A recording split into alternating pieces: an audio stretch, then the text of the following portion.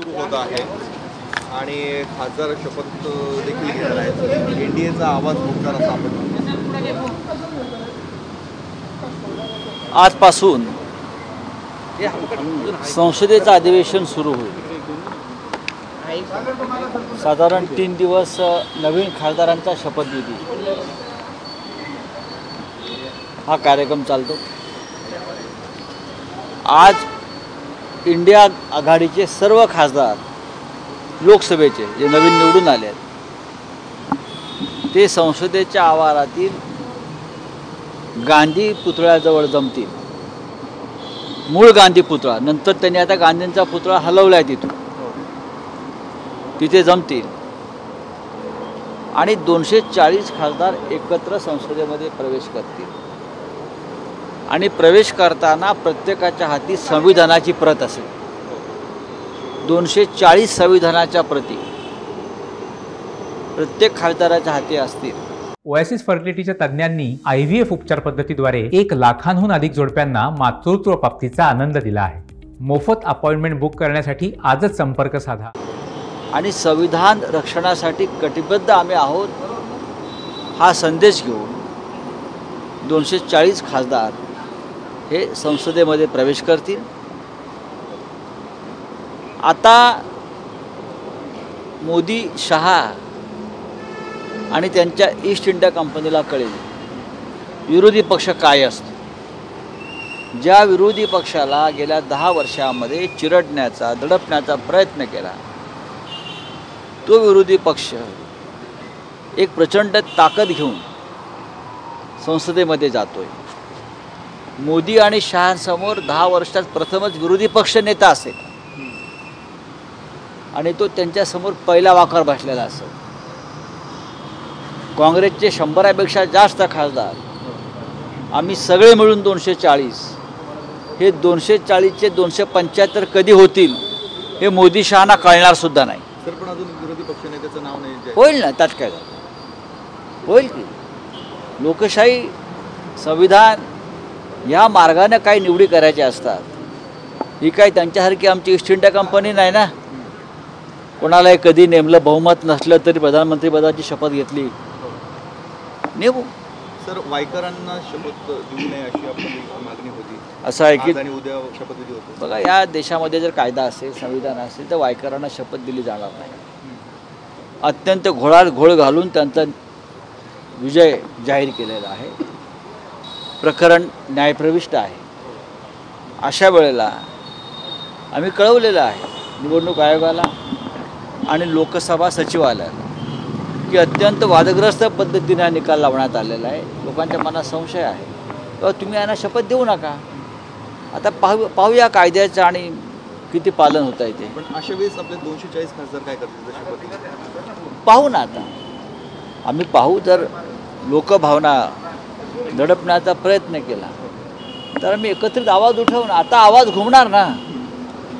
आता पार्लमेंटमध्ये मोदी शहांचा आवाज नाही चालणार. 240 इंडिया खासदारांचा आवाज चालणार. काल मुख्यमंत्र्यांनी सकाळी भोंगा वाजवणाऱ्यांना बांबू लावला पाहिजे एक अशा पद्धतीचं अप्रत्यक्षपणे टीका आपल्यावरती केली. करू द्या ना, करू द्या. सध्याचे मुख्यमंत्री हे घटनाबाह्य आहेत, बेकायदेशीर आहेत. हे सर्वोच्च न्यायालयाने सांगितलं आहे.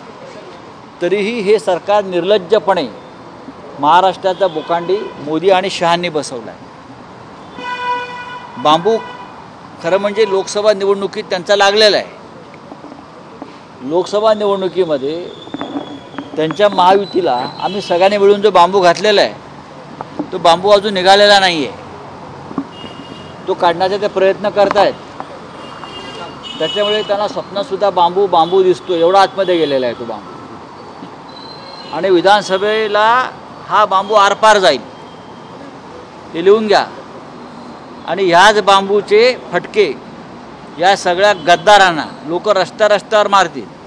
त्यांनी आता बांबूची त्यांना आठवण झालीच आहे. या बांबूचे खूप बाय प्रॉडक्ट्स आहेत असं म्हणतात ते, बरं का. आता या सगळ्या बाय प्रॉडक्टचे प्रयोग त्यांच्यावरती होणार आहेत. ऑलरेडी एक बांबू जो घेतलेला आहे गेलेल्या लोकसभेला तो कसा काढावा, ऑपरेशन करून काढावा की खेचून काढावा फडणवीसांनी, हां की मोदी शाह त्यांना बांबू घालतायत.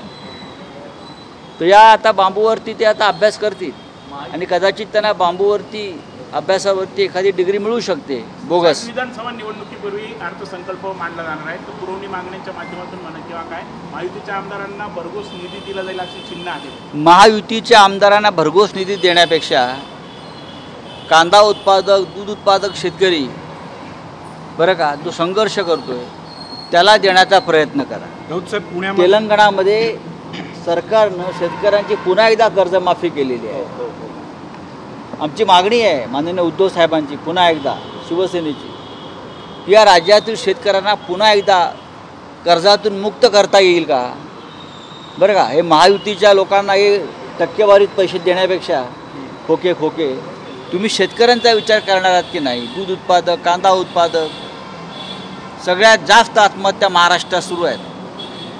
याबद्दल जर मुख्यमंत्र्यांना बांबू घालायचं असेल तर त्यांना बांबू घालू विधानसभेच्या. सर, मुख्यमंत्री काल पुन्हा दिल्लीत जाऊन आले, राज्य मंत्रिमंडळाचा विस्तार होण्यासाठी. ते त्यासाठीच गेले, तो बांबू गेलेला आहे लोकसभेचा निकालाचा, तर त्या बांबूचं काय करायचं त्यासाठी ते गेलेले. तो निघत नाही बांबू. पुण्यामध्ये महायुतीचे जे उमेदवार आहेत शिक्षक मतदारसंघाचे, त्यांच्यावर परवाच्या दिवशी आरोप झाले, व्हिडिओ व्हायरल झाले की ते नख वाटतायत, साड्या वाटतायत. कसं बघताय शिक्षक मतदारसंघात असं प्रकार व्हायला? बघा, हे जे सरकार आहे महाराष्ट्राचं सध्याचं मुख्यमंत्री शिंदे सरकार, हेच मुळी भ्रष्टाचाराच्या पैशातून निर्माण झालं आहे. त्यांचं धोरण असं आहे, पैशातून सत्ता, सत्तेतून पैसा, पुन्हा सत्ता. प्रत्येक निवडणूक हे त्या पैशाच्याच मोजमापानं करतायत. मग विधान परिषद असेल, शिक्षकांच्या असेल, पदवीधरांच्या असेल. माणसं आणि मतं विकत घ्यायची हे त्यांचं धोरण आहे. त्यानुसार त्यांनी नथी वाटल्या असतील, साड्या वाटल्या असतील, अजून काय वाटलं असेल, पण शिक्षक स्वतःला बाजारात उभं करून घेणार नाही विकण्यासाठी.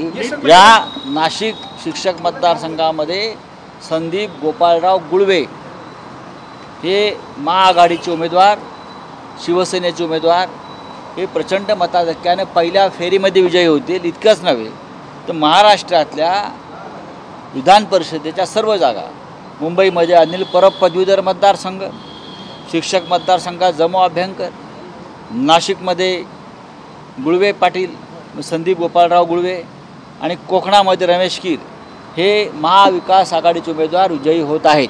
साहेब, निवडणूक आयोगाला हे सगळं दिसत नाहीये का की व्हिडिओ व्हायरल होत आहे, लोक व्हिडिओ ट्विट करताय? निवडणूक आयोग का बरं याला काम? निवडणूक आयोग हा ईस्ट इंडिया कंपनी गुजरातचा नोकर आहे, बरं का. ईस्ट इंडिया कंपनी गुजरात यांच्या नोकरीवर असल्यामुळे त्यांना हे दिसत नाही. आपल्याही उमेदवारावर असले आरोप आरोप करू द्या ना. अरे आम्ही का सत्तेत आहोत का? नाशिकला येऊन याच हॉटेलमध्ये काय चाललं होतं आपल्याला माहिती आहे. सर, पुण्यात ड्रग्ज सापडले, त्याच ड्रगच्या पैशातून सध्याच्या सरकारचे खिसे भरले जात आहेत.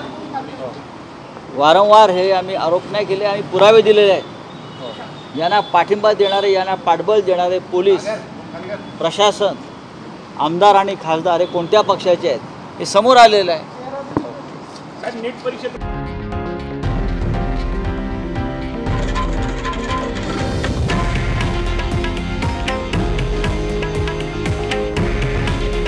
हे आहे देशातील नंबर 1 न्यूज नेटवर्क आणि आपण पाहत आहात TV9 मराठी.